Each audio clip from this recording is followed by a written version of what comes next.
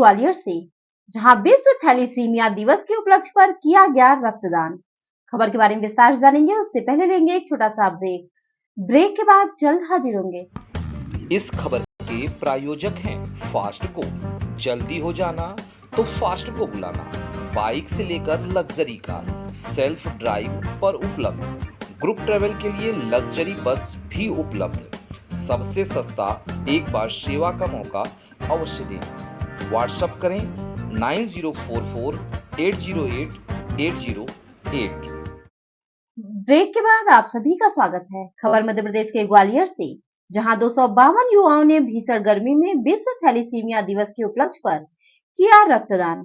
शादी से पहले युवक युवती ब्लड टेस्ट करवाएं। ग्वालियर जिले में थैलीसीमिया से पीड़ित 200 से अधिक बच्चे हैं। इन्हें जीवित रहने के लिए हर माह ब्लड चढ़ाने की आवश्यकता होती है। ऐसे में शहर की सामाजिक संस्था रक्त अर्पण सेवा समिति की पूरी टीम के द्वारा इन बच्चों के उपचार और इन्हें प्रतिमाह लगने वाले ब्लड को जिम्मेदारी को बखूबी निभाया जा रहा है। कैंप में रक्तदान करने वाले युवाओं की भीड़ सुबह से शाम तक लगी रही। शिविर में मिले ब्लड का उपयोग थैलीसीमिया बीमारी से ग्रसित बच्चों और जरूरतमंद मरीजों की मदद करने में उपयोग किया जाएगा। इस अवसर पर थैलीसीमिया से पीड़ित 4 बच्चों को संस्था द्वारा 5-5 हजार की आर्थिक सहायता राशि प्रदान की गई। डॉक्टर अशोक राजौरिया द्वारा 50 बच्चों का निःशुल्क परीक्षण किया गया। थैलीसीमिया बच्चों को गिफ्ट प्रदान किए गए। समिति के संस्थापक निर्मल संतवानी, हरीश थौरानी, योगेश अरोरा, अनिल पंजवानी, प्रवीण चंदानी, आलोक आहूजा, धीरज ढिंगरा, धीरज दिसेजा, अमित मोतिहार, दीपक जायसवानी, तनु चौहान, किरण नागरानी मौजूद रहे। आभार व्यक्त समाज सेविका पूर्णिमा अग्रवाल ने किया। देखे ग्वालियर से सुमित साहू की रिपोर्ट। नमस्कार साथियों, आज हम लोग आए हैं खासकी बाजार पे सिंधी धर्मशाला में। यहाँ पे एक कैंप का आयोजन किया गया है जो रक्त अर्पण सेवा समिति द्वारा किया गया है। इसमें थैलीसीमिया के जो मरीज होते हैं, जो पेशेंट है, उनके लिए ब्लड का अरेंजमेंट किया है। चलिए बात करते हैं भैया से। भैया नमस्कार। नमस्कार सर। आपका नाम क्या है सर? निर्मल संतवानी। और सर ये कैंप किस तरीके से लगाया गया है? सर अपने ग्वालियर में 200 से अधिक थैलीसीमिया से पीड़ित बच्चे हैं। उनको हर 15 से 20 दिन में ब्लड की आवश्यकता होती है। उनकी मदद करने के लिए, उनको ब्लड दिलाने के लिए कैंप लगाया गया है विश्व थैलीसीमिया दिवस के उपलक्ष्य में। और सर ये कैंप वीक में मतलब मंथली लगता है या वीकली लगता है? सर हम साल में 3 या 4 कैंप लगाते हैं। उनको बच्चों को ब्लड दिलाते रहते हैं, उनको सारे बच्चों। सर आपका नाम? मेरा नाम योगेश अरोरा है। सर आप कुछ कहना चाहेंगे? जी मैं यही कहना चाहूँगा कि रक्त हर किसी को देना चाहिए, क्योंकि इससे सबसे अच्छा तो हमारा रक्त प्योरिटी की तरफ जाता है, पॉजिटिव वाइब्स आती हैं, और रक्त देने से हार्ट अटैक का खतरा भी कम होता है। जो फर्स्ट टाइम देने आता है तो उसके मन में क्या लगता है कि किस तरीके से देना चाहिए या कुछ रहेगा? सबसे पहले उसे नर्वसनेस होती है, जो कि कभी नहीं होनी चाहिए, क्योंकि जब तक वो फर्स्ट टाइम डोनेट नहीं करेगा आगे हम किसी और को मोटिवेट कैसे करें। और जैसे कि बंदा ब्लड देता रहता है तो उसके बाद उसको कैसा लगता है? फर्स्ट टाइम देने के बाद ऐसा कोई विशेष तकलीफ तो नहीं आती है, बस निश्चिंत होकर देना चाहिए, ज़्यादा सोच विचार ना करें, और शारीरिक स्वास्थ्य भी स्वस्थ रहता है हमारा।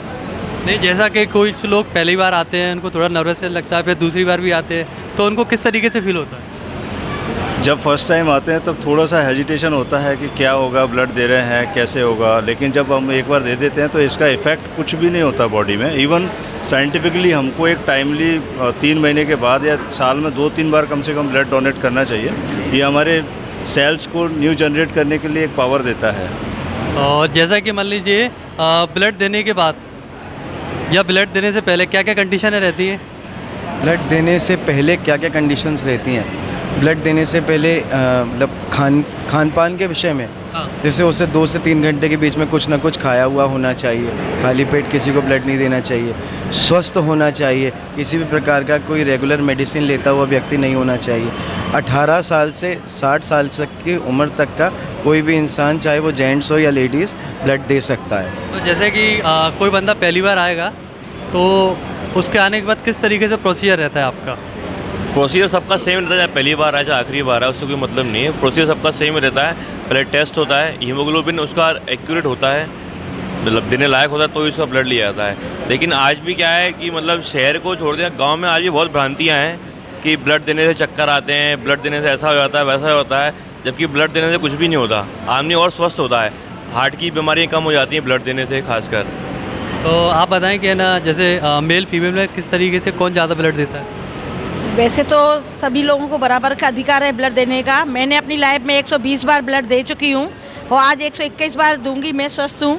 मैं सबको आग्रह करूँगी कि सभी लोग ब्लड दें, स्वस्थ रहें, मस्त रहें। तो मतलब कितना अंतर रहना चाहिए एक बार दूसरी बार देने के लिए? कम से कम 3 महीने का रहना चाहिए। और मतलब जो बंदा है वो पूर्णतः स्वस्थ होना चाहिए? हाँ, स्वस्थ होना चाहिए।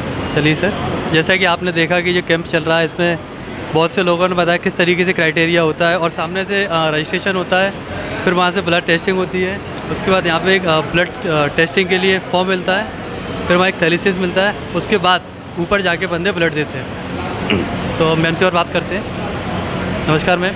नमस्कार मैम, जैसे कि हमने जानकारी भी जुटाई है कि जो बंदा ब्लड टेस्ट देता है स्टार्टिंग में उसका प्रोसीजर रहता है। हाँ जी। टॉपिक और शुरू से बताएंगे। एक्चुअली ये जो ब्लड जाता है वो थैलेसीमिया के बच्चों को जाता है, ये जो हमें समझ में आ गया। पहले सबसे पहले जब ये ब्लड का सैंपल लिया जाता है तो उसमें हम HB BP सब चेक किया जाता है और यदि सब कुछ नॉर्मल होता है तो इस ब्लड को लैब में, जिस लैब में ये ब्लड जा रहा है वहाँ पे 8 टेस्ट से गुजरता है।